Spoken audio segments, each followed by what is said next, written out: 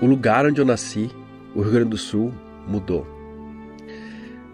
Uma mudança que a gente não sabe ainda a dimensão, e mudou porque algumas cidades foram arrasadas, porque centenas de milhares de pessoas foram impactadas de uma maneira que vai mudar profundamente as suas vidas.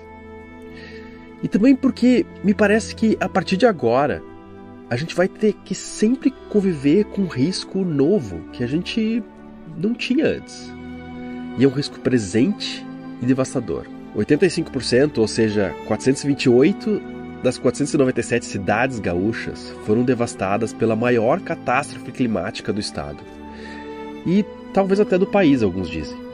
Algumas cidades simplesmente foram varridas do mapa, onde 100% da cidade ficou sob a água, como Eldorado do Sul, por exemplo. E esse episódio tem imagens que parecem videofilme de guerra, e são muito tristes.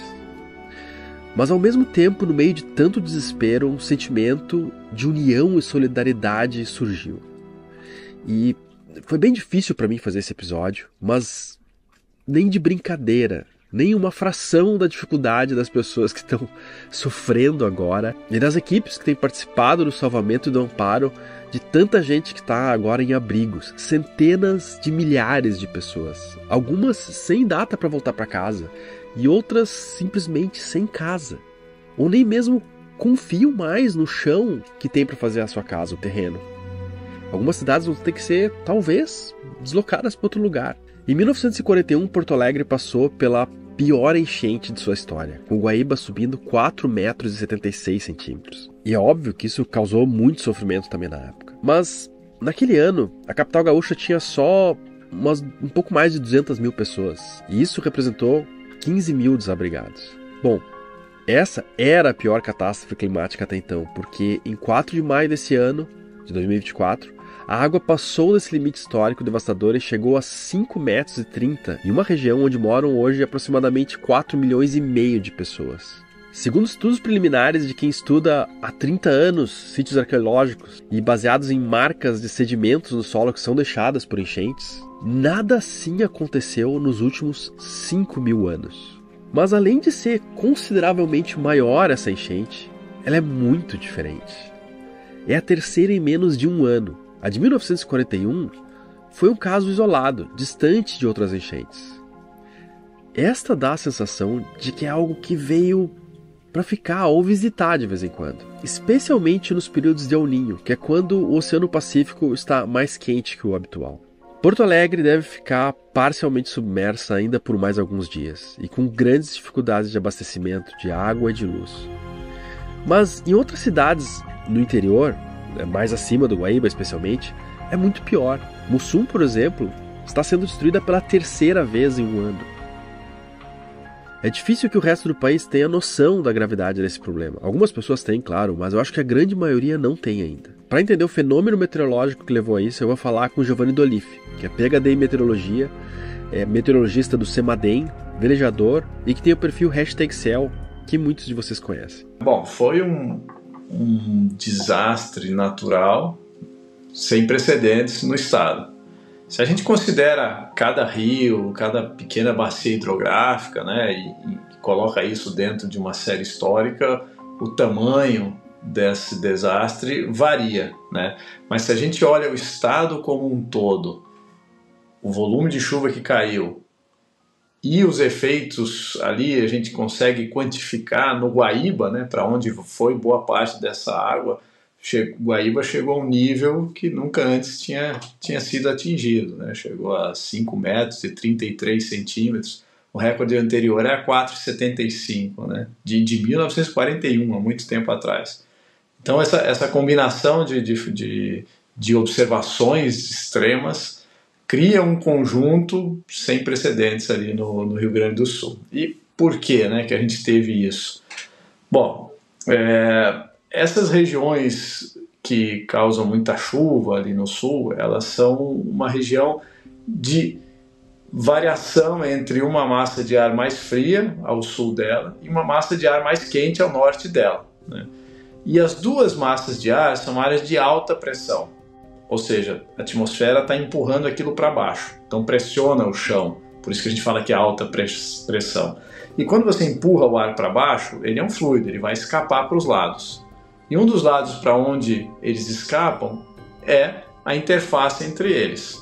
E essa interface estava justamente ali sobre o Rio Grande do Sul.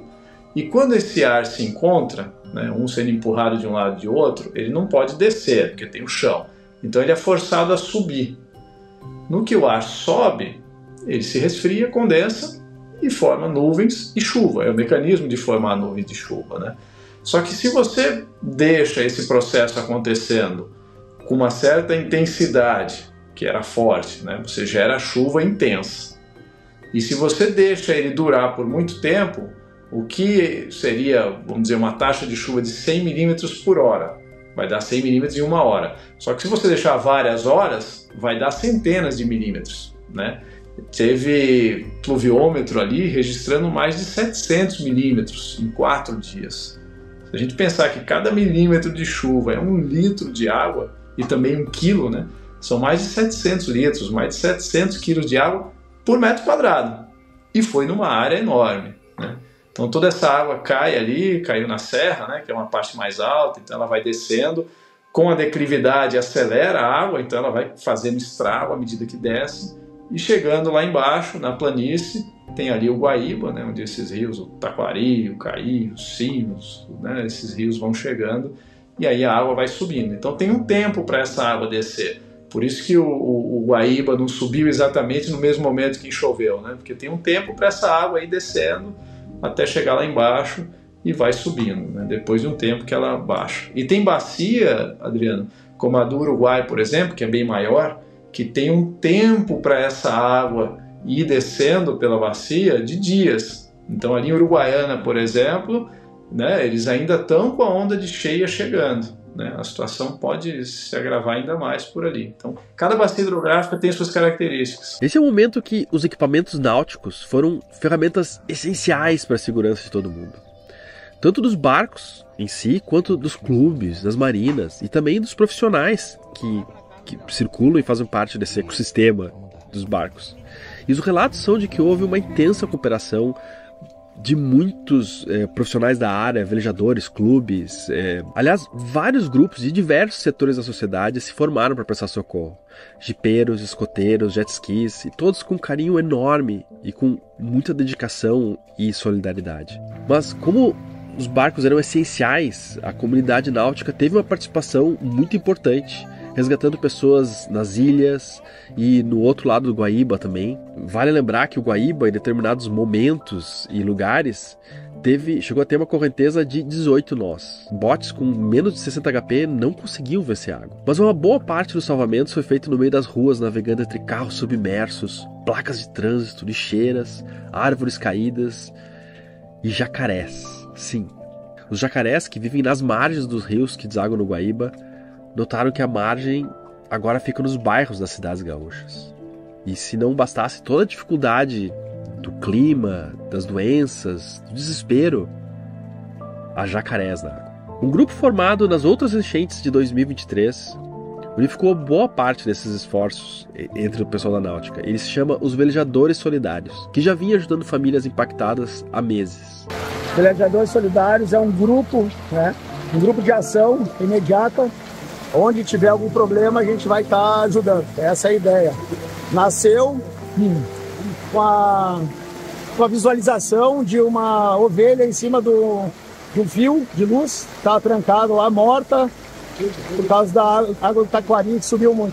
Tá, esse grupo ele surgiu em setembro, né, do ano passado, naquela enchente que pegou o Vale do Taquari, aqui no Rio Grande do Sul.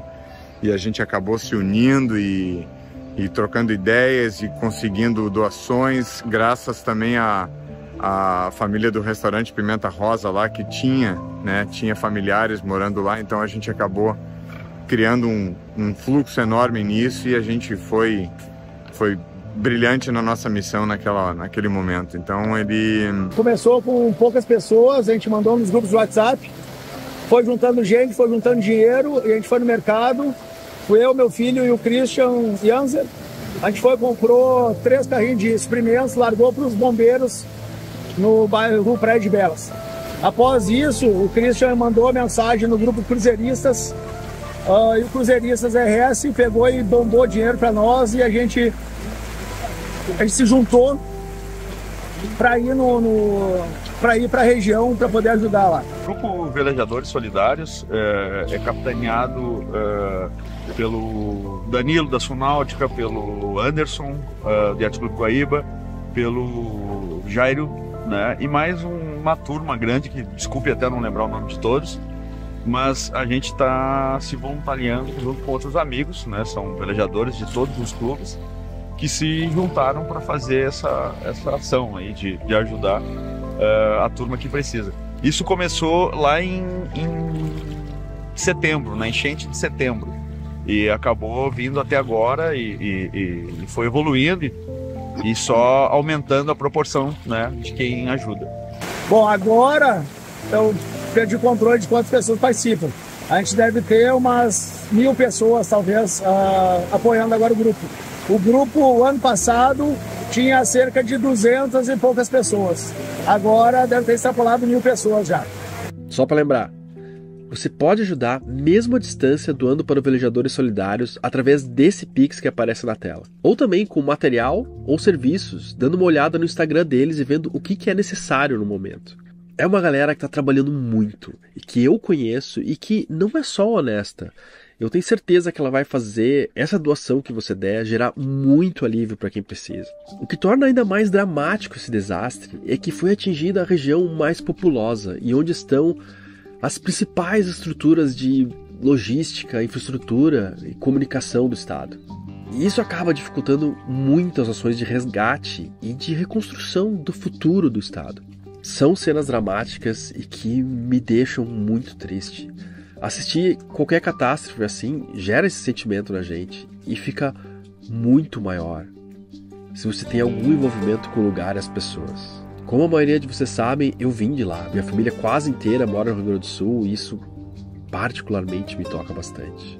De certa forma, por causa do canal, eu acho que eu tenho quase uma obrigação de mostrar pelo menos um recorte do que acontece lá pro resto do Brasil e pro mundo. Chegou no estágio dentro do Rio Grande do Sul que é difícil você não conhecer alguém da sua família ou entre amigos que não perdeu alguma coisa. Com sorte, não perdeu a vida. Chegou num estágio que já foram afetadas mais de 1 milhão de pessoas. Então é muito difícil você não ter contato com alguém que algo aconteceu. E quando chega nesse estágio, é muito perto de você. É muito perto do estado inteiro. Não é uma coisa distante que você viu só no jornal, sabe? É uma coisa que você vive. Por si só, essa catástrofe climática é algo terrível. Sozinha seria, mas ela é uma de outras 3 em menos de um ano. Houveram outras inundações em setembro e novembro de 2023. A última delas afetou 700 mil pessoas. Cidades como Mussum, por exemplo, estão sendo destruídas pela 3ª vez. A gente que, né, eu trabalho no centro de desastres, com vários colegas de outras disciplinas que lidam com desastres, e isso que você colocou é uma leitura bastante pertinente nesse evento, que é a questão da ruptura das estruturas daquele ambiente, daquele lugar, que impedem, inclusive, o trabalho de responder ao próprio desastre, né? Então, vai muito além da capacidade. Dessa vez não foi só local, né? Não foi no município, foi estadual, né? De lidar com aquilo dali. Então eu diria assim, do Rio Grande do Sul é certamente, né, o desastre climático o maior que a gente já teve na história, pelo menos que se tem registro, que se lembra, né? E também se você for muito tempo atrás, não tinha a população que tem hoje, né? Não tinha as estruturas, as estradas, as pontes, né? Em 41 tinha 270 mil habitantes em Porto Alegre. Hoje na região metropolitana tem 4,5 milhões. Então mesmo que, pode ser que 1000 anos atrás tenha chovido esse tanto, pode ser, mas certamente o impacto que a gente teve desse evento nunca aconteceu, né?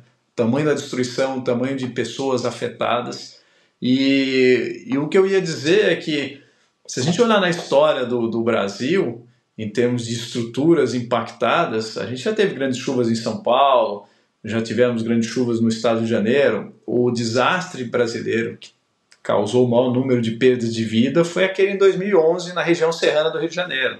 Foi inclusive o evento que desencadeou a criação do CEMADEM, né, o Centro Nacional de Monitoramento de Alerta de Desastres, que é onde eu trabalho. Mas naquele momento a gente também não tinha um centro urbano, né, o centro de funcionamento de uma grande área atingida, né? Atingiu a região serrana do Rio de Janeiro. A cidade do Rio de Janeiro não foi tão atingida, que é a principal cidade do estado.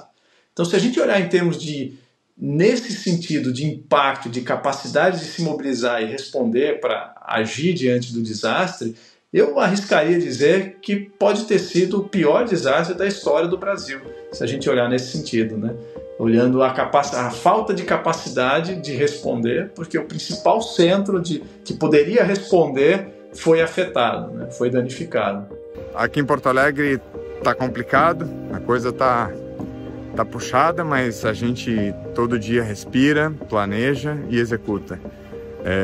Eu estou aqui no Veleiros do Sul, ao qual também a gente tem todo o suporte aí, são dezenas de embarcações aí, ó, todas em plena atividade. Elas chegam estragadas muitas vezes, a gente conserta, a gente chama mecânico, a gente quebra motor, a gente arruma, o clube está com uma equipe assim extraordinária, liderada pelo Marcelo, pelo Matheus, uns caras que fazem a diferença na vida de muita gente aí, cara. Porque o clube tá assim, aqui eu vou girar aqui para vocês verem, aqui é a portaria, tá? E, na verdade, o restante do clube está todo alagado.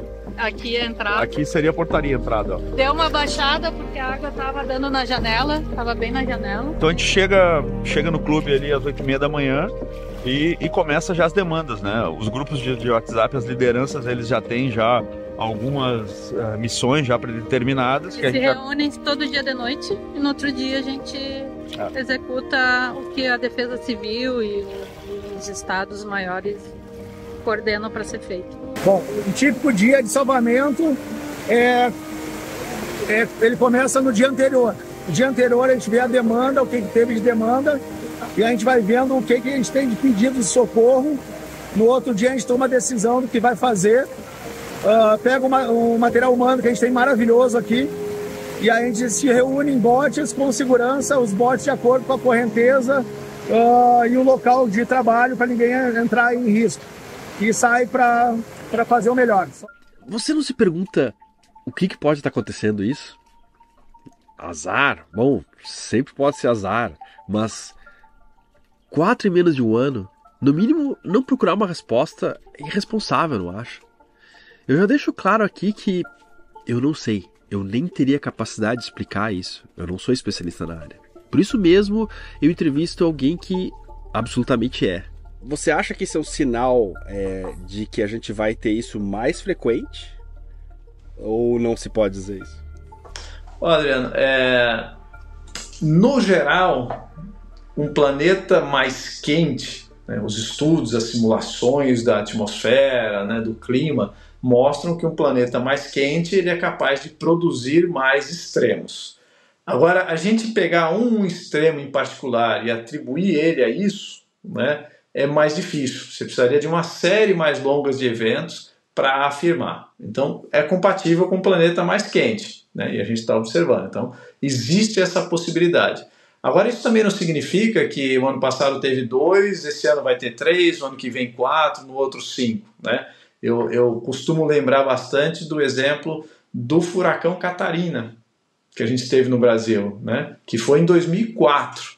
Já está fez 20 anos agora em março, final de março, 20 anos. E naquela época dizia-se, né? Agora os furacões vão ser mais frequentes no Brasil. Passaram-se 20 anos e a gente não teve outro furacão, tá? Não quer dizer que a teoria dos extremos mais frequentes esteja errada. Eu só estou dizendo que quando você pega eventos muito pontuais, essa regra não é linear assim. E na meteorologia a gente guarda na cabeça mais os eventos extremos. A gente tem dificuldade de guardar médias, né? Então, por exemplo, esse ano no inverno está previsto que o inverno seja um pouco mais frio, né, do que o ano passado e o ano retrasado, que foram invernos muito quentes. Aí, só que assim, não é que vai ser muito mais frio, nem vai ser mais frio que a média. Só vai ser um pouco mais frio do que os últimos 2 anos em que foi muito quente. Então ainda vai ser inverno quente, mas tem chance de ter uma ou outra onda de frio um pouco mais forte. Então, se tiver uma onda de frio bem forte, esse extremo fica mais na cabeça da gente do que os outros dias em que não foi muito frio. Então, mesmo que seja um inverno quente, mas teve um evento, um dia que foi muito frio, a gente vai lembrar, nossa, aquele inverno, você lembra daquele dia? Foi um inverno muito frio. Pode não ser verdade. Esse gráfico mostra a tendência de chuvas no Rio Grande do Sul nas décadas de 1950 a 2010. Esse outro aqui mostra a variação de temperatura média a cada ano, desde 1900 até 2020. Faixas azuis representam os anos mais frios e faixas vermelhas os mais quentes. Esse gráfico deixa claro, né, esse aumento de temperatura. De novo, não é uma coisa que cada ano é mais quente que o ano anterior, né? Tem as suas oscilações, mas no geral essas oscilações elas acontecem em torno de uma média um pouco mais alta, né? Então é interessante, sim, esse aquecimento aí. E isso a gente vê que tem acontecido no planeta como um todo, né? Como um todo que eu digo na média, né? Mas também não é em todos os pontos do planeta, né? Se a gente pega a evolução das temperaturas no planeta como um todo, em algumas áreas você tem uma subida de temperatura mais suave ou até lugares em que esfriou. Só que aí quando você faz a média no planeta inteiro, a maior parte do planeta tá esquentando. Ó, esse gráfico aí de temperatura, né? Esse do planeta, né? Você que me passou da NASA. Ao longo do, acho que mais de 100 anos, né? 1880 a 2024. Então, associado ao período industrial, né? Desde o período do início ali, né? Até agora. A gente vê oscilações, né? Períodos em que sobe, desce, mas, principalmente nas últimas décadas, tem uma tendência evidente aí de temperatura subindo. Me parece que é um consenso que o planeta está aquecendo, né? Isso assim... Hoje Adriano. Eu me lembro quando eu estava na faculdade ainda e fui no primeiro congresso de meteorologia, foi em 1998, lá em Brasília. E aí tinha lá um professor, bastante renomado na época, e ele defendia que por questões astronômicas, ciclo solar e outras coisas, a temperatura não subiria por muito tempo, iria começar a cair, né? E nas últimas décadas, principalmente até uns 10 anos atrás, ainda tinha um certo número que você conseguia contar de pessoas que tentavam, né, encontrar argumentos para justificar um outro lado, né, que não estaria aquecendo. Mas diante das evidências, diante das medidas, né, é cada vez menor o número de cientistas que defendem que a Terra não está esquentando. Então é quase um consenso atualmente. E porque tem umas coisas, né? Tem aqueles ciclos de Milankovitch, não é? Que só são que astronômicos. Esses ciclos, eles acontecem numa escala de milhares de anos. A gente está vendo aí, nos últimos 100 anos, 1 grau. Você vê se em 100 anos subir 1 grau, em 1000 anos vai subir 10 graus.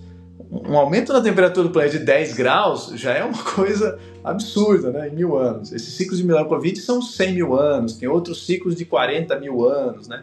Então esses ciclos muito longos não justificam, não explicam essa subida tão rápida em 100 anos. A gente vive de uma forma tão complexa, né, que avaliações muito simplificadas eu costumo ficar um pouco com o pé atrás, né, quem traz avaliações muito simplificadas. Eu acho que a gente tem que ter sempre um olhar crítico.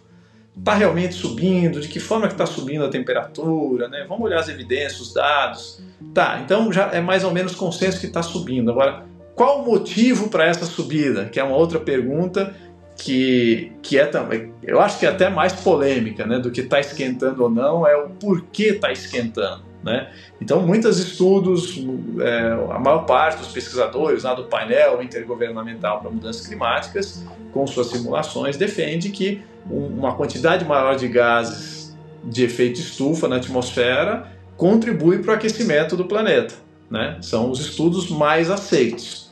Mas será que só tem esses estudos? Não tem outros, né? Vamos analisar. Então, atualmente são os mais aceitos. E quais são as melhores teorias concorrentes, assim, ou pelo menos uma?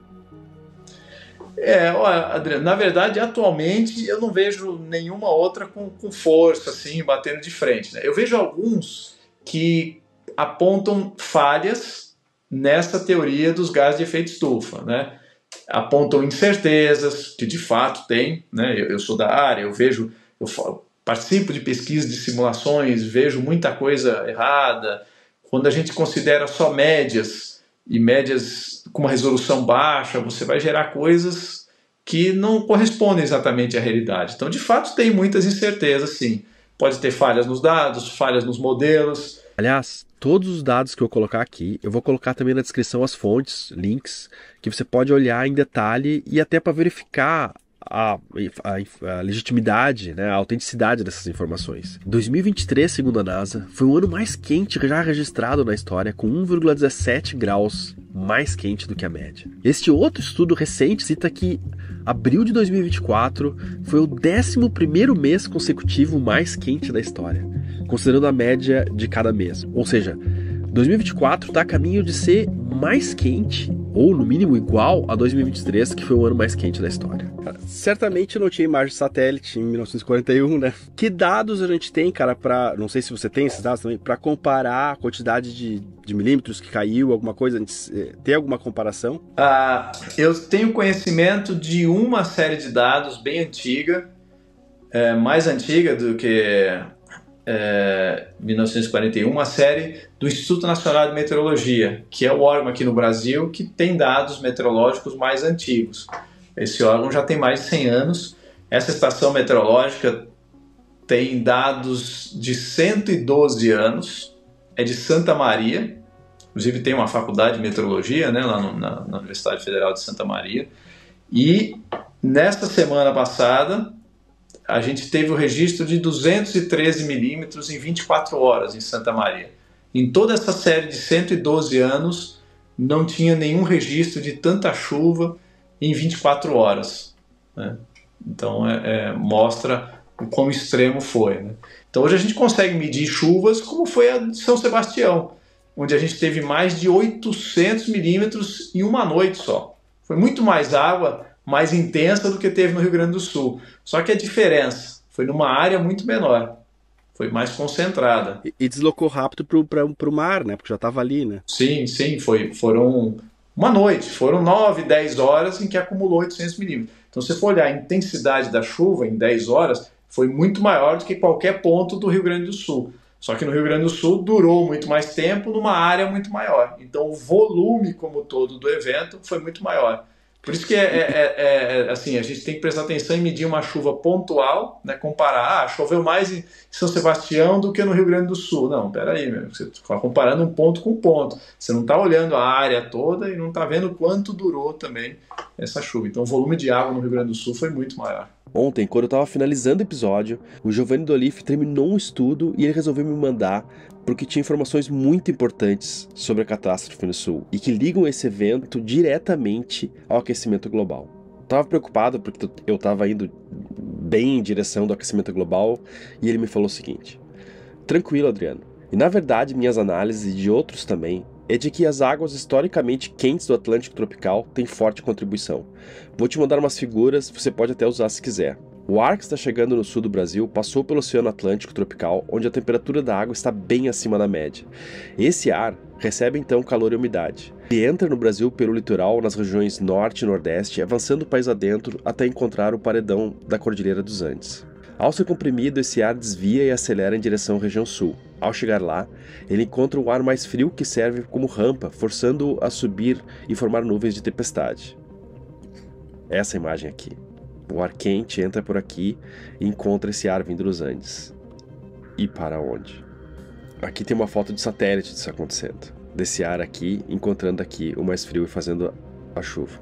A anomalia de temperatura da superfície do mar, 15 de abril de 5 de maio desse ano, comprova que as águas, na região de onde vêm os ventos, estão com temperatura bem acima da média para essa época. Bem mais água precipitável, vapor de água, na região onde a água do mar está mais quente, e continua ao longo de um caminho que faz a curva até o Rio Grande do Sul.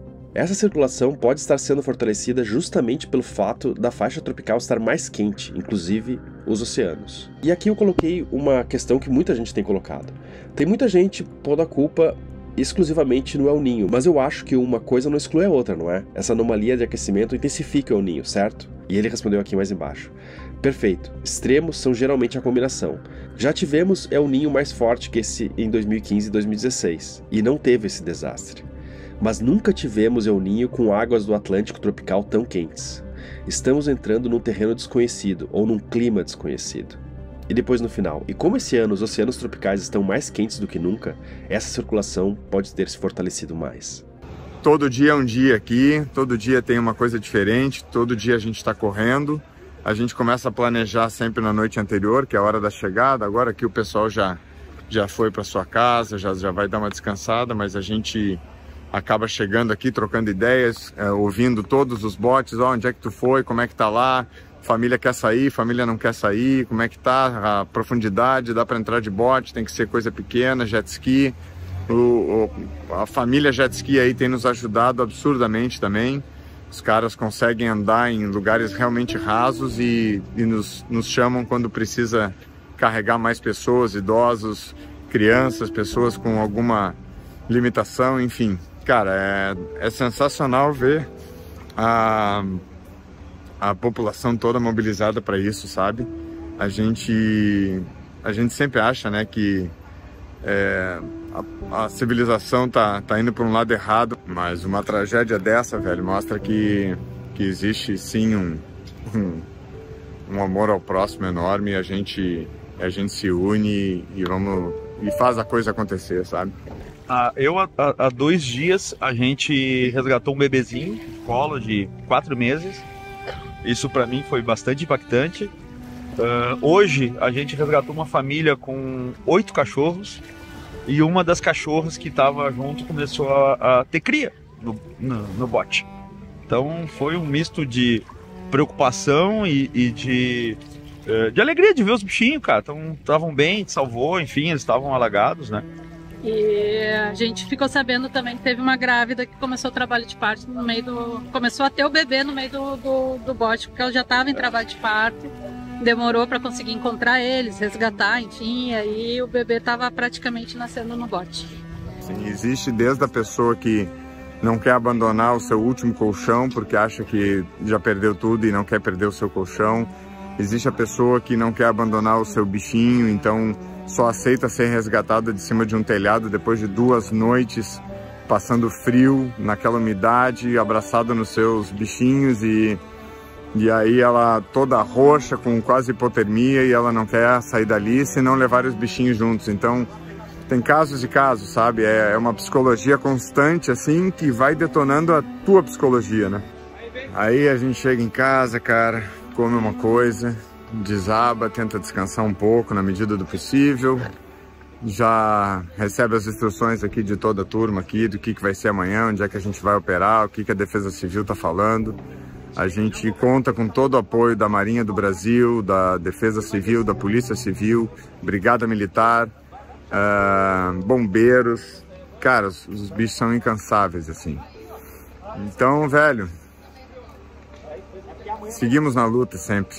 Como eu falei antes, durante um momento dessa semana, 85% de Porto Alegre estava sem água. Isso ia ser um problema gravíssimo nos próximos dias, porque com as ruas inundadas, como levar água em caminhão-pipa para as pessoas? Havia um risco muito grande de desespero por água potável e de morte. 3 dias sem beber água é possível que você morra. E claro, as pessoas, é até engraçado não é a palavra, mas as pessoas estão cercadas por água doce, mas é uma água muito contaminada. Para você ter uma ideia, essa água ela não passou direto do rio para a cidade, porque há um dique de contenção, o Muro Mauá. Ela veio pelos bueiros da cidade. E isso... Então, é uma água extremamente perigosa no sentido de pegar doenças também. E isso vai piorar bastante nos próximos dias. E as bombas das estações de água da cidade estavam submersas. Especialmente a parte elétrica, toda embaixo d'água, e já não funcionava mais. Aí então teve uma ideia de usar os pires flutuantes de plástico que os velejadores solidários já tinham conseguido de doação da Pier Plus. E aqui eu preciso citar a empresa que fez algo maravilhoso, uma doação que vocês vão ver que foi extremamente importante para a cidade de Porto Alegre. Os velejadores solidários, o Danilo, junto com o Demai, colocaram os geradores de energia em cima desses piers para alimentar as bombas. Isso foi uma ação que tornou possível, ainda essa semana, levar água para muita gente em Porto Alegre. E hoje dá para dizer que mais da metade da cidade está com água já. Eu acho que com a pandemia a gente já viu que a gente não aprende muito. Infelizmente, cara, eu não sei se vai seguir assim quanto à comunidade em geral. Mas a gente percebeu aqui, por exemplo, a comunidade da frente aqui, a gente se aproximou muito deles, né? E a gente estava muito próximo deles e não era tão próximo, e agora é. Porque a comunidade que fica em frente ao Yacht Club se juntou para trabalhar, né? E foi incrível, eles estão sendo incríveis, né? E também houve uma integração impressionante entre todos os nichos da náutica, tanto o velejador, quanto o cara da lancha, quanto o cara do jet ski. Embora há diferenças assim, mas nessa hora do vamos ver, cara, todo mundo ajudou. Essas meninas fizeram toda a diferença aqui. Elas foram que organizaram a comida, a água, não deixaram ninguém passar fome. Cristiane, gente, todos por uma causa só. E a irmã dela, que não quer aparecer nem falar, mora do outro lado da rua. Quando eu cheguei aqui a primeira vez, elas já estavam correndo. Essa aqui é a chefa da cabeça toda. Ela conseguiu organizar tudo super rápido. Andressa. Sou a Andressa, sou voluntariada, estou fazendo isso porque eu tenho certeza que se chegar a acontecer, que não vai acontecer com a minha família, alguém vai fazer. E é só gratidão. Sou daí, a gente mora aqui do outro lado e não tinha como a gente isso acontecer. A gente não fez, a gente não tinha muita coisa ao nosso alcance, mas o pouco que tinha, que era um café, ajudar a separar uma roupa, pedir doação, a gente estava aqui e fez o hoje. O que vai mudar na tua vida esse momento? Vai mudar tudo na minha vida. Eu trabalho numa escola, eu penso nas crianças, de todas as crianças, penso no meu sobrinho, penso em todas as crianças. Então, é muita emoção e é só gratidão. E enquanto eu conseguir, todas as forças que eu tiver, eu vou ajudar todo mundo. Que alguém me falou que estavam precisando de voluntário aqui, estava tenso. Eu vim para cá ontem sozinha. Cheguei e vi aquela fila, não entendi nem o que era, mas queria trabalhar ajudando nos resgates. E nem sei dizer, se já não valesse tudo que valeu de ver a gente ajudando, fazendo um pouco. A minha casa está em segurança, eu estou em segurança, graças a Deus. Toda a família. Moro em Ipanema, a minha mãe aqui pertinho. E vim para ajudar, para fazer o que eu gostaria que fizessem pela minha família se a gente estivesse nessa situação. A dificuldade que a gente tem é a correnteza. Com certeza, a pior coisa que tem aqui é a correnteza. A correnteza lá nas ilhas, na parte do arquipélago, e tá brutal ali. Eu nunca senti tanto medo na minha vida, né? Então, os botes têm furado porque tem que andar em cima das ruas e nisso aí tem várias esquinas que mudam, modifica a correnteza. Então tem vórtex que o bote vai para um lado, tem que ter velocidade, tem que ter precisão, tem que ser muito bom para tocar um bote em cima da Ilha da Pintada, vamos dizer. Em outros locais a gente pode ter até um colchão inflável que salva vidas. Então, o que a gente precisa sempre aqui, quer dizer, nesse momento, é que se empreste prancha stand-up, caiaque. Teve um caiaque aqui, uma porcaria de R$300 que salvou 60 pessoas numa tarde. Aí depois foi realocado para a Brigada Militar e a gente nem sabe onde é que está, mas deve ter salvo 200 pessoas pelo menos. Então a gente precisa de tudo que é tipo de material, só adequando ao local, né? Principalmente as doações de combustível para continuar indo aos resgates, que as cheias seguem. Ainda não sei te precisar por quanto tempo isso vai ser necessário, né? E ainda cidades ilhadas que as coisas só chegam por água, né? Então o combustível vai ajudar a levar os mantimentos, tipo Guaíba. Tem metade da cidade que ela tá ok, só que o acesso tá impossível. Então vai começar a faltar o abastecimento de comida lá. E agora tá começando a encher a lagoa. Vários bairros de Pelotas estão sendo esvaziados. Daqui a pouco, essa mão que a gente está fazendo aqui, a gente vai ter que transferir para lá. Provavelmente a gente vai ter que dar um jeito, nem que seja velejando ou não sei como, a gente vai ter que ir lá ajudar essa turma. Rio Grande também já está começando a encher. Já tá os acessos meio difíceis, então continuar ouvindo o que a Defesa Civil pede, ficar ligado nas reportagens. Né? Há vários grupos que estão ajudando, não é só, é claro, a gente é da Náutica, então tem esse grupo Velejadores.solidários do Instagram, é o que a gente participa e é um canal, mas não é o único, né? Tem muitos outros, né? O próprio governo do estado tem uma chave Pix aí oficial, que inclusive não faz parte do caixa do governo e é só para as ajudas mesmo, né? Também tem a turma do Jeep, é uma infinidade de pessoas que estão participando. Então, se você averiguar que são pessoas sérias, né, pode ajudar e também pode se voluntariar, que eu acho que é o mais importante. Com certeza, a gente aprendeu muito com isso desde o Roca Salles e Mussum ano passado, e tem muitas pessoas boas nesse mundo. Claro que tem a parte ruim, mas a gente, talvez com o passar do tempo, a gente comece a achar que todo mundo é ruim. E na verdade não é isso que acontece. A gente vê muita solidariedade. Vou aqui nesse momento falar muito bem do pessoal do jet ski, que é um pessoal que a gente, né, normalmente brinca e tudo mais, mas eles fizeram um trabalho incrível mesmo, na parte onde tinha mais correnteza, a parte mais difícil, a parte mais nervosa, eles fizeram um trabalho incrível, onde eles pegavam as pessoas que estavam prestes a morrer e largavam em algum barco grande e depois iam para um lugar seguro. Eu preciso dizer que é lindo ver a solidariedade, é lindo ver o heroísmo de algumas ações, e ele é necessário e valioso quando é a última opção.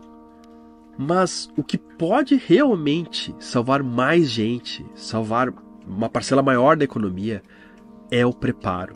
Investimento em prevenção, tanto de diques, bombas d'água, quanto em tecnologias que aqueçam menos o planeta, que pelo menos diminuam o ritmo. Você pode dizer, mas a gente não vai conseguir parar o aquecimento global. E eu acho que, infelizmente, até você pode estar certo. Talvez a gente não consiga mesmo, talvez seja impossível. Mas a gente não precisa ir correndo em direção ao inferno, né? Tipo, não há necessidade de ir correndo até lá. Dá para desacelerar um pouco, pelo menos, até a gente achar outra situação ou se preparar melhor para isso. Uma das dificuldades com relação a esse tema é que a gente não sabe onde exatamente esses problemas vão acontecer. Hoje foi no Rio Grande do Sul, mas amanhã pode ser aí no seu lado. E pode ser uma seca em vez de uma inundação, ou um tornado, ou um ciclone. Então, eu reconheço que é muito difícil se preparar. Exige pensar muito no que pode acontecer, exige muito dinheiro também para isso. E exige muitas vezes se preparar para coisas que não vão acontecer. Então, às vezes, talvez estados, municípios, países gastem coisas que não sejam usadas. Mas eu acho difícil hoje em Porto Alegre, pelo menos a maioria das pessoas, não admitirem que é importante isso, que é necessário. Porque o sofrimento, quando acontece, é muito grande. A perda de vidas, da capacidade de construir a sua própria vida, de ter um teto para morar. Ou até, se você quiser ver só a questão econômica também. Porque quanto você acha que custou para o Rio Grande do Sul esse desastre? Eu não tenho ideia. Mas barato eu sei que não foi. E quanto ao heroísmo necessário e lindo que houve, eu preciso dizer também que há muitos casos, milhares de casos de gente gentil, solidária, que infelizmente eu não vou conseguir mostrar aqui e que eu nem vou saber que aconteceu, porque foram milhares em poucos dias. E eu sei que tem valores similares do que eu coloco nesse dia. Por ser velejador, eu tenho mais contato com os velejadores solidários e por isso eu falo mais deles. E que realmente fizeram um trabalho muito lindo, com poucas doações. Eles tiraram muito dinheiro do bolso. Enquanto eu escrevia, o grupo tentava bater uma meta de 10 mil reais em doações, o que é muito pouco. Tiraram muito dinheiro do bolso para fazer isso, quebraram muitos equipamentos, seus botes, motores, coletes, quase certamente vão ter muita dificuldade para repor. Eu até acho que eu devia ter me mobilizado, um pouco de culpa minha também, para que houvesse mais doações e a gente conseguisse salvar muita gente. Porque é um grupo que não só tem ido lá, tem, por exemplo, as pessoas que eu mostrei aqui, mas tem muitas outras, eu vou ser muito injusto que eu não vou citar, mas eu vou falar as que eu conheço mais. O Christian Janzer, também, que eu já entrevistei aqui em Velejador, cara, ele tem salvo uma galera num ponto de Porto Alegre, assim, que não dá pra ir de barco, nem a pé, porque assim, você tem que ir com um bote até um certo ponto, aí você tem que largar um bote, caminhar um trecho, e lá no outro lado ter um barco, que você tem que ter a sorte de ninguém ter roubado de um dia pro outro, e aí ajudar as pessoas lá.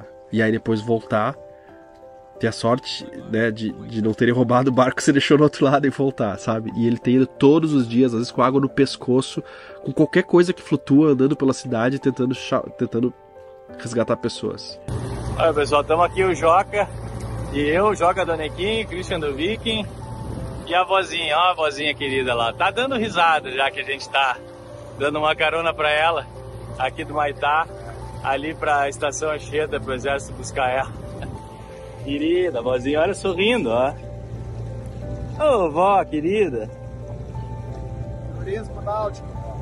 Queridona, olha só. E além disso, é um grupo que tem ajudado muitos outros, né? Por exemplo, o Jack, que tá lá agora.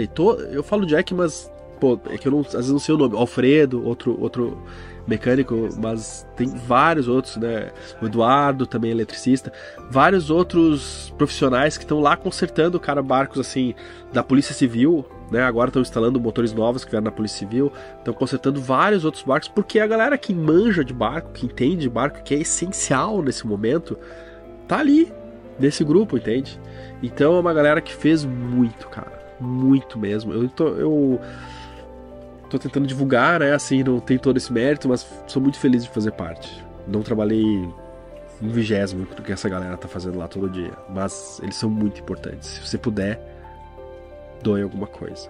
E os clubes náuticos ajudaram pra caramba também. Parece que é até meio difícil dizer onde acabam os velejadores solidários e começam os clubes, porque a maioria é sócio dos clubes, é uma coisa que meio que se confunde. E eu preciso dizer que também até o próprio futuro desses clubes é meio difícil também. Eu sei que isso vem em segundo plano em relação à vida das pessoas, mas eles também têm um caminho bem difícil pela frente, porque foram muito, muito impactados.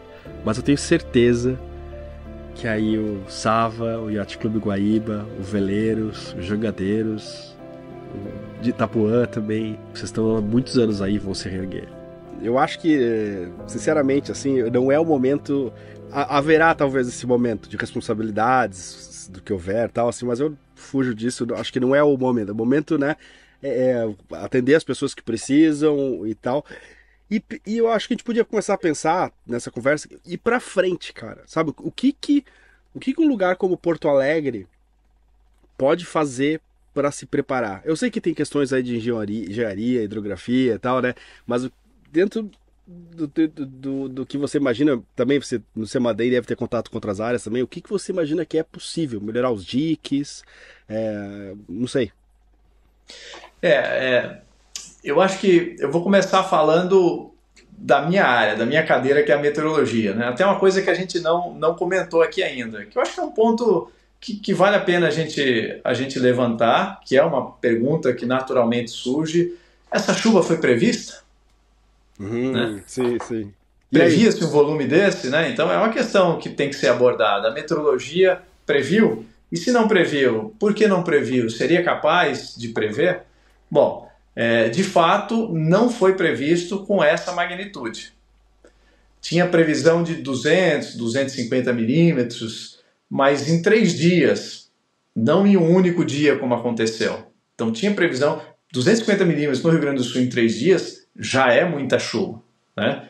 No mês chove 150, em algumas áreas um pouco mais, né? De 100 a 200 milímetros. Você dizer que vai chover 200, 250 em 3 dias, já é um evento de chuva significativo. Então você já espera um impacto que pode ser que a região não tenha capacidade de responder sozinha, né? Então um possível desastre. Então isso sim tinha dias antes, né, os avisos, os alertas de que haveria um evento significativo. Mas em nenhum momento esperou-se uma magnitude como foi, né, o pior desastre da história do Rio Grande do Sul. Porque a gente teve esses 200, 250 em um dia, e vários dias consecutivos, né, então superou a capacidade. Agora, será que a meteorologia poderia ter previsto? O que precisa fazer para a meteorologia prever? Então, realmente é um limite, uma limitação dos modelos matemáticos que fazem a previsão de tempo, é o limite da ciência meteorológica, né, de ainda não conseguir prever com muita acurácia os extremos, principalmente quantificá-los, né? Então, a meteorologia já evoluiu muito. Se a gente for olhar 10 anos atrás, né, a capacidade de prever eventos como esse era muito menor.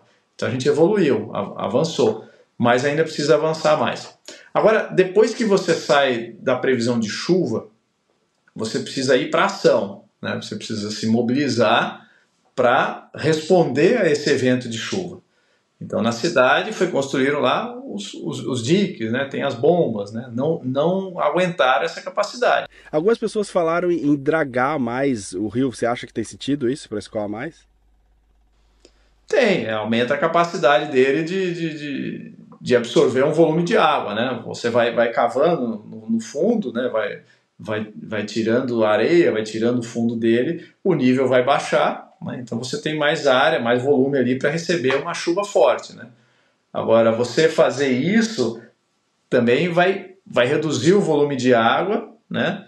Tem outros efeitos também, né? Tem que ser estudado caso a caso. A hidrologia, né? A engenharia hidrológica, a engenharia tem que estudar o que fazer nisso daí. Porque não dá para tirar uma cidade como Porto Alegre dali, né? A cidade está ali. Então vai ter que conviver de alguma forma, né? Sabe aqueles treinamentos de... Você vê na Guerra Fria, ou não necessariamente na Guerra Fria, mas alguns países que tem terremoto, que tem já um sistema, por exemplo, eu vejo assim, ó, de treinamento com simulações com a população, sabe? Tipo, por exemplo, se acontecer tal coisa, tal bairro, tais casas correm para esse ginásio, tal lugar, sabe? Eu acho que eu senti falta, né? Eu não quero apontar o dedo, não que eu soubesse alguma coisa que ninguém soubesse, óbvio, né? Mas assim, eu acho que se tivesse um plano do que a população fazer, em qualquer caso de já saber para onde ir, eu acho que ia ajudar muito, cara. Se Perfeito. São os que a gente chama de plano de contingência. Os municípios, tem uma lei no Brasil que obriga os municípios a ter esses planos de contingência, né? Só que esses planos de contingência, eles são desenhados baseado no que você tem um histórico de ocorrência, né? Quando acontece uma coisa que nunca aconteceu, é difícil que alguém tenha se planejado para isso. Mas certamente, Adriano, o caminho nessa direção de planos de ação, de simulações, é uma ação que ajuda muito. A gente tem um projeto no CEMADEM, o COP, que é financiado pela FAPESP aqui, né? Fundação de Amparo à Pesquisa do Estado de São Paulo, mas que justamente trabalha em ajudar nessa articulação e nessa mobilização, nessa estruturação das ações para lidar com esses eventos. Então, as defesas civis, em geral, elas vivem no ambiente operacional, né? Não no ambiente acadêmico, de debate, de ideias, né? Mas seria interessante aproximar essas coisas, né? As autoridades, os governantes, né, os responsáveis por esses planos de ação do ambiente de pesquisa, do ambiente acadêmico, para que as ideias fluam e essas ideias sejam colocadas em prática. Um sistema de alerta eficiente, a gente costuma colocar que ele tem 4 eixos de ação. O primeiro é a pesquisa, para você entender o problema, né, saber quem está em risco, quanto, quais são as ameaças, porque um desastre é a combinação de uma ameaça e uma vulnerabilidade. A ameaça, nesse caso, vem da natureza, é a chuva. E a vulnerabilidade é a situação em que as pessoas estão, né? Quem mora ali no nível próximo do nível do Guaíba está numa situação de vulnerabilidade, né? Então, a ameaça não tem como a gente tirar, não tem como parar a chuva. Então, a gente tem que reduzir essa vulnerabilidade. Então, aí tem o primeiro eixo então, da pesquisa, é entender o problema, né? A segunda é monitorar as ameaças, no caso a chuva, e alertar. Então aí, nesse sentido, a meteorologia melhorar para conseguir prever melhor esses extremos e com maior antecedência. Porque também não adianta avisar 1 hora antes que não dá para fazer muita coisa, né? Você tem que avisar com dias de antecedência para você evacuar centenas de milhares de pessoas, né? Ter estrada para elas saírem, ter um lugar para elas irem, né? Aí depois vem a comunicação e educação. Porque esses alertas, essas informações, elas precisam chegar para as pessoas certas e essas pessoas saberem o que fazer com isso, né? E aí o 4º eixo é justamente as ações de preparação.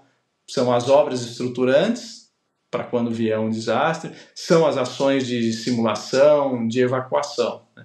Então esses 4 eixos trabalhando juntos ajuda a gente a melhorar bastante, diminuir bem o impacto disso. Então um sonho, vamos dizer, se um outro evento desse acontecer, a meteorologia consegue avisar com 1 semana de antecedência e as pessoas desses bairros, essas milhares de pessoas, já sabem para onde ir, se precisarem viajar para ir para uma outra cidade, para ir para Santa Catarina, para subir a serra, né? Então isso tudo já vai poder ser planejado, efetuado dias antes do desastre acontecer. Seria um sonho, né? Quando acontece um alarme, uma previsão, nenhuma previsão, que nem você falou para 10 dias ou 1 semana, vai ser 100% certa, né, cara? Então, mas você, na responsabilidade de meteorologista, imagina que você fala, cara, eu tenho que dar esse alarme. Mas você também sabe que, tipo, pode ser que não dê, né, cara? Tipo, mas aí muita gente começa a desacreditar desses alarmes, sabe? Assim, Sim, e não tem solução isso. Não sei, talvez educar as pessoas para elas entenderem o que é o alarme. Do alarme falso, o problema do alarme falso. Você ouve um alarme falso, a primeira vez você evacua, sai. Aí um segundo, poxa, mas da outra vez não funcionou, mas tudo bem, eu vou. Na terceira vez você fala, não, esses caras não sabem o que dizem, eu não vou sair de casa mais, né? Então isso acontece, é um risco. Mas eu acho que antes você agir e prevenir do que arriscar ficar e sofrer um impacto muito grande, né? Isso a gente chama de gestão de risco. Isso é feito em centros como o CEMADEM, é feito por autoridades, e a pessoa na casa dela ela também toma a decisão e faz a gestão do risco. Eu acho que não vai acontecer, eu vou arriscar ficar aqui em casa, né? E aí pode ter um impacto grande, pode inclusive perder vida, né? Então eu acho que com o tempo, à medida em que as coisas vão ficando mais organizadas, a meteorologia melhora, já melhorou muito, né? Hoje em dia a gente vê muita ação. Eu vou dar um exemplo recente. No Sudeste, no final de março, tivemos, com dias de antecedência, alertas, né, de que haveria um grande evento de chuva. E o alerta foi desde parte de São Paulo, né, Vale do Paraíba, Litoral Norte, até o norte do Rio de Janeiro. Depois a gente viu que essa chuva ia acontecer um pouco mais para norte. Então ela aconteceu não tão forte em São Paulo e pegou mais o sul do Espírito Santo. Então teve uma falha na localização, que foi sendo ajustado com o tempo. Inclusive teve um município do sul do Espírito Santo, Apiá, lá onde teve 20 perdas de vida. Foi o município onde mais tivemos perdas de vida, foi no Espírito Santo e não no Rio de Janeiro, que a princípio imaginava-se que seria ali o centro da catástrofe, né? Petrópolis recebeu mais de 300 milímetros de chuva, tivemos infelizmente perdas de vida, vários deslizamentos, mas pelo tamanho do evento de chuva, o tamanho do impacto do estrago, o número de vítimas foi pequeno. Foi pequeno do que se tivesse acontecido 15, 20 anos atrás, quando não existia o CEMADEM, quando o Sistema Nacional de Defesa Civil não estava tão articulado como está hoje. Então, certamente, acho que uma coisa a gente pode afirmar, e eu que estou nesse meio há muitos anos, né? Estou há mais de 10 anos no CEMADEM, nesse meio, que com tudo isso que aconteceu, o tamanho desse evento no Rio Grande do Sul, se tivesse acontecido 20 anos atrás, o estrago teria sido muito maior, porque a gente não tinha um sistema de defesa civil, sistema de alertas estruturados como a gente tem hoje. Pode melhorar? Pode, e eu acredito que vai, tem muita gente trabalhando para melhorar, mas a gente também tem que olhar que muita coisa foi feita, muita gente foi salva, e muito do impacto foi mitigado porque nesses últimos 20 anos, depois de grandes desastres que a gente teve, várias instituições, governos federal, estadual, municipais, se articularam, se mobilizaram para trabalhar preventivamente e também na resposta, tentando mitigar esses impactos. Não, certamente, cara. E eu acho que é uma coisa legal que, pelo menos eu sinto, né? Não tô lá dentro, tal, assim, que certas diferenças estão deixadas meio de lado, estão sendo deixadas meio de lado, assim, e parece que várias instâncias do poder público, assim, estão trabalhando razoavelmente próximas, assim, né? O que hoje no Brasil é bem difícil. A gente vive um momento de bastante polarização, né, política, ideológica, mas essas coisas têm que ser deixadas de lado diante de situações como essa, em que todo mundo é igual, né? Sofre quem é da direita, sofre quem é da esquerda, então é hora de todo mundo se juntar e trabalhar junto para superar essa situação. Não, é um momento meio de guerra quase, né, cara? Assim, talvez guerras em uma escala média ou pequena não causam tão impacto quanto esse causou, né, cara? Sim, com certeza. A quantidade de pontes que foram destruídas, né, de estruturas que foram destruídas, às vezes nenhuma guerra causa um impacto tão grande assim. Na última década, dá pra gente dizer que no trabalho de monitoramento e alertas, a gente teve um avanço grande. Agora, nas políticas públicas de uso e ocupação do espaço, a gente percebe que não evoluiu no mesmo ritmo, né? Então, o Rio Grande do Sul, nesse momento, vive uma grande catástrofe.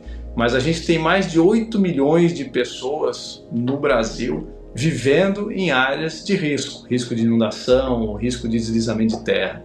A gente viu em São Sebastião um desastre, né? Uma mobilização para construir casas populares em outras áreas, retirar as pessoas das áreas. Uma outra coisa muito triste, fruto da nossa grande capacidade tecnológica em se comunicar e, ao mesmo tempo, uma imaturidade incrível de usar essa mesma capacidade são as fake news. E são inúmeras. Parece questão de opinião, mas não é.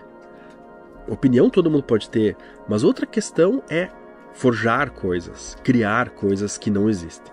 Como a de que doações estavam sendo retidas para aguardar a chegada de não sei quem, num vídeo que nem era desse ano, ou de que só a Starlink estava funcionando no estado, quando as operadoras inclusive se uniram para que você pudesse acessar qualquer operadora do seu celular, independente do contrato que você tinha. Isso aí eu acho que já é o novo normal. As pessoas assumem que algo é verdade só porque viram em um vídeo, geralmente do WhatsApp, sem checar em outras fontes e falam: olha, eu não sei se é verdade, mas mesmo assim vou repassar. Não faça isso. Ou então, assim, eu vi um post de alguém reclamando de um suposto erro de navegação de um motorista de um caminhão do exército, porque ele tinha chegado numa estrada que não tinha saída ou atolou, e ele questiona que se houvesse uma guerra, estaríamos perdidos, porque como um cara faz isso? Em primeiro lugar, com várias estradas completamente destruídas, talvez o soldado que estava ali se obrigou a passar em um caminho difícil e incerto, porque era a única alternativa, porque a estrada principal tinha desmoronado, não sei, e teve dificuldades mesmo, pode acontecer. E sobre o preparo, o nível de habilidade, coragem e sacrifício das pessoas que estão lá arriscando suas vidas, sem dormir, comendo mal, tem se mostrado enorme, muito alto. Salvamentos difíceis, arriscados, com poucos recursos, de várias entidades diferentes, sociedade civil, estados, é algo para se lembrar com muito carinho. Não ficar tirando sarro ou tirando vantagem de erros que qualquer um pode fazer. Se você pegar assim, o estado inteiro fazendo coisas e procurando em estradas complicadas, ninguém sabendo direito o que está acontecendo, é claro que você vai gravar pequenos erros, mas puxa, tem muita gente séria trabalhando e dependendo de que as coisas fluam. Eu não tenho medo, no caso de uma guerra, da nossa inépcia. Isso é algo que, se há lacunas do que a gente sabe ou é capaz, a gente treina, aprende. Nós somos um povo bem desenvolvido até. O que eu tenho realmente medo é que em uma guerra como essa que está aqui agora acontecendo, pessoas inteligentes e aptas, ao invés de atacarem o inimigo para nos defender, começam a atacar metade do seu próprio povo. Isso sim é o meu medo. Em Porto Alegre eu estou vendo agora pessoas de lados completamente opostos do espectro político trabalhando juntas, convivendo, se respeitando e com um objetivo e uma meta em comum. Será que na loucura que a gente vive, que o mundo na verdade vive, a gente precisa ir até o desespero, à beira do abismo para aprender isso? Talvez isso seja o que o Brasil mais precise hoje.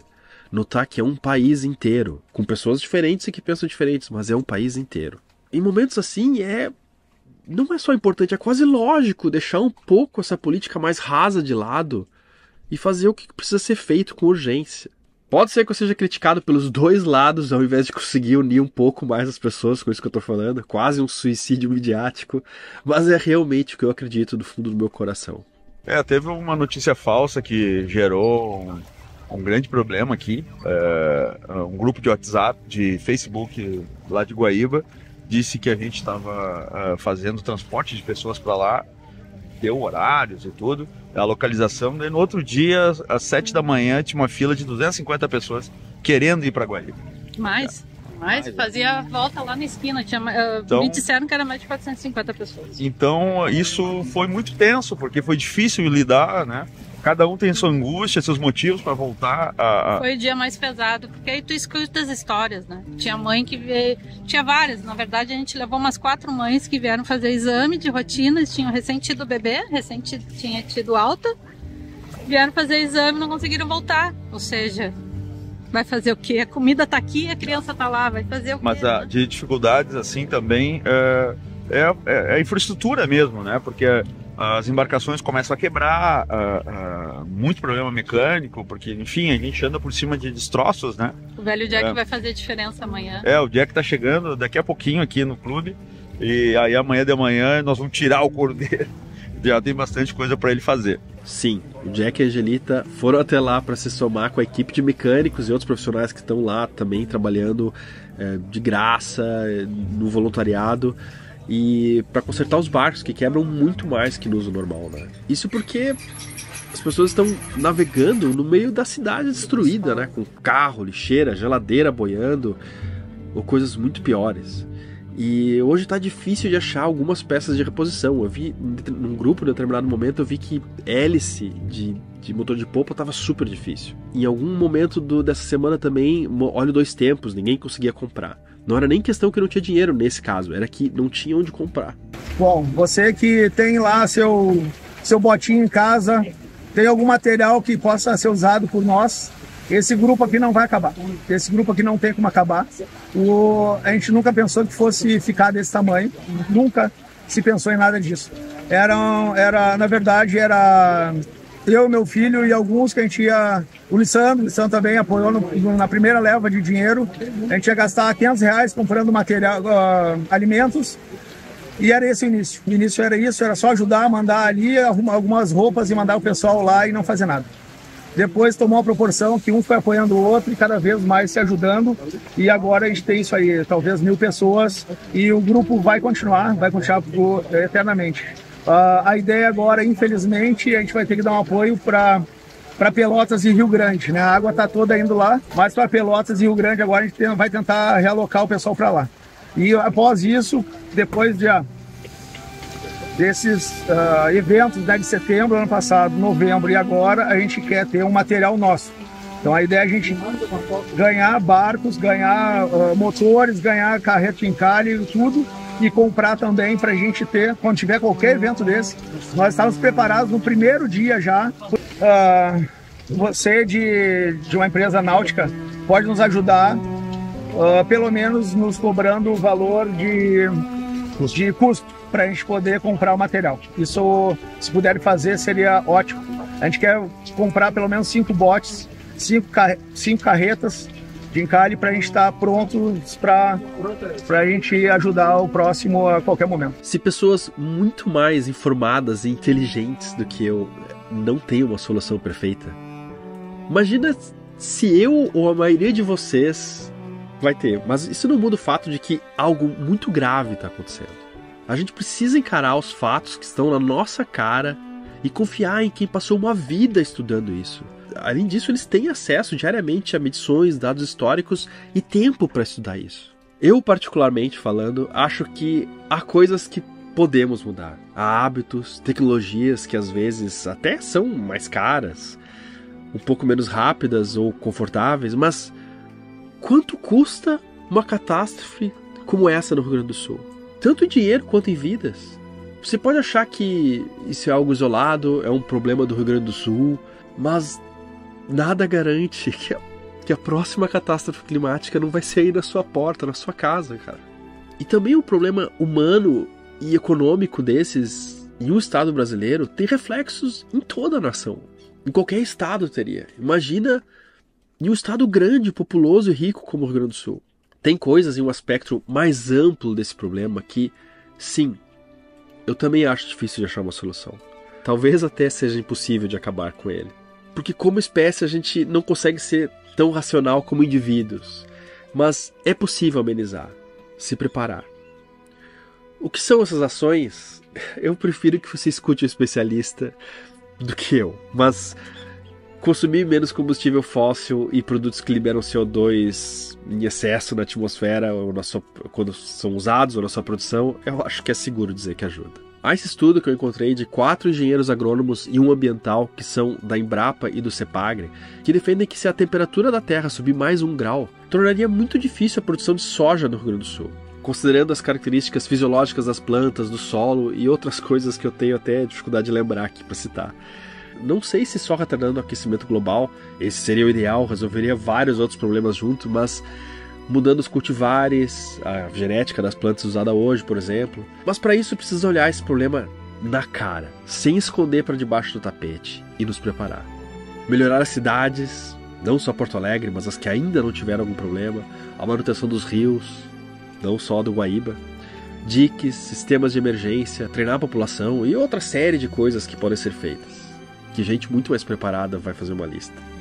É algo que talvez torne, ou já esteja tornando, velejar pelo mundo um pouco mais tenso. Amir Klink e outros velejadores muito experientes já dizem empiricamente assim que os ventos hoje estão mais extremos do que no passado. Na data desse vídeo, o problema ainda não acabou. Tanto no Guaíba, nos rios que desagam nele, quanto nas cidades banhadas pela Lagoa dos Patos, mais embaixo, onde a água ainda está descendo e novas grandes inundações podem acontecer. Em 1941, o pico de alta demorou 9 dias para chegar em Rio Grande. A gente não sabe se dessa vez vai ser igual, mas pode acontecer. A gente vai saber isso lá pelo dia 12, 13, 14. Então se cuidem. A gente que veleja tem uma certa vantagem de ter o costume de encarar a natureza olhando de frente para ela, sem fechar os olhos, e nos preparar para tudo que a gente consiga imaginar que possa acontecer. A gente aprendeu nas últimas décadas a confiar em sistemas meteorológicos profissionais, que inclusive avisaram com dias de antecedência esse problema. E também já que aconteceu alguma coisa assim em 2021. Esses mesmos profissionais que a gente confia a nossa segurança quando olha a previsão do tempo para sair para velejar, nos avisaram dessas mudanças. Eu, na minha humilde opinião, acho que é isso. Já está na mesa. A gente já sabe que mais catástrofes virão. Isso não é dito para causar terror. Isso não é dito para você deixar de ter o conforto e uma vida feliz. É dito para a gente olhar o problema de frente, encarar ele de vez e continuar tendo conforto e uma vida feliz. Eu acho que hoje no Rio Grande do Sul, quem não acordou ainda para isso, é uma enchente que vai ficar marcada na vida das pessoas. No crescimento do PIB, na alma de cada um que sofreu ou ajudou, nas histórias de nossos netos, e vai marcar com sedimento o próprio solo gaúcho. Da forma que daqui a 5.000, 10.000 anos, se houver ainda arqueólogos, geólogos ou antropólogos que escavem o solo, eles vão encontrar uma marca disso que aconteceu, dessa data. Mas só conseguindo imaginar o que a gente passou nessa semana. A mensagem que eu deixo aí para os meus colegas do bairro aqui: lute, reconstrói, seja feliz, sorria, não brigue, tenha força, Deus está com a gente. Isso aqui é para nós passar. Não largue sua cruz do caminho, carregue ela até lá. E mais uma coisa: perder eu perdi. 5 de setembro foi minha esposa. Ninguém perdeu o que eu perdi aqui. Então, estou reconstruindo. Bens materiais a gente reconstrói aqui, ó. Olha meus vizinhos aqui, ó. Vamos lá, vamos trabalhar, vamos reconstruir. Eu não me sinto nada triste porque o que tinha que sofrer, eu sofri 5 de setembro. Foi a perda de uma pessoa humana. Esse tem valor. Agora, quantos bens materiais para isso aqui é porcaria. Se chorar, eu chorei 5 de setembro. Quando a minha baixinha caiu ali assim, eu ajudei a amarrar ela, eu vi ela subir, eu vi ela cair, eu vi ela se batendo e morrendo sem colete. Ela nadou, ela morreu afogada, ela não morreu para queda. Adianta ficar bravo, adianta brigar. O negócio é resolver, não é brigar. É plantar, é cuidar do rio, é cuidar da natureza, é preservar a pessoa humana. Tem que ter alegria, que a pessoa humana é o principal. Doe. Pare de orar um pouco e doe mais. Ergue mais as pessoas. Tudo vai pra frente. Não adianta te enfiar dentro de uma casa, levantar a mão e agradecer a Deus. Não, você vai lá e faça o que Ele deixou escrito aqui na terra. E a alegria tem que permanecer. Onde tem alegria, Deus está com a gente. Onde tem tristeza, Deus não está. Só para lembrar, você pode ajudar mesmo à distância doando para os Velejadores Solidários através desse Pix que aparece na tela. Ou também com material ou serviços, dando uma olhada no Instagram deles e vendo o que é necessário no momento. É uma galera que está trabalhando muito, e que eu conheço e que não é só honesta. Eu tenho certeza que ela vai fazer essa doação que você der gerar muito alívio para quem precisa.